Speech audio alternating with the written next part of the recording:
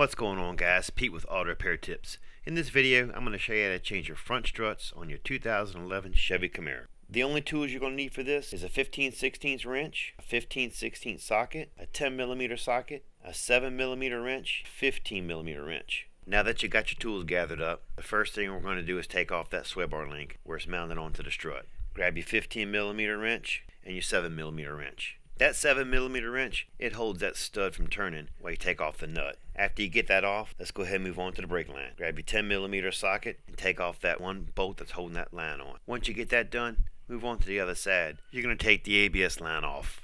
That's just held on with a rubber grommet that slides over a clip. Just pull it off. Now it's time to grab your 15/16 wrench and your 15/16 socket and take out the two main bolts that hold that strut to the knuckle. If you're enjoying this video so far, smash that like button and don't forget to subscribe. Now that you got that knuckle and the strut separated, go ahead and move to the top. There's only one nut left that holds that strut to the shock tower. It's covered up by a plastic cap. Once you take that cap off, grab your 15/16 socket and go ahead and remove that nut. When you do, that strut's going to come falling down. Make sure you got one hand on it. After you've done that, just reverse procedure to install. It's as simple as that. This is definitely a project you can do at home, and it'll save you hundreds of dollars. I'll put a link in the description below where you can get the tools and the parts to do this job. Thanks again for watching.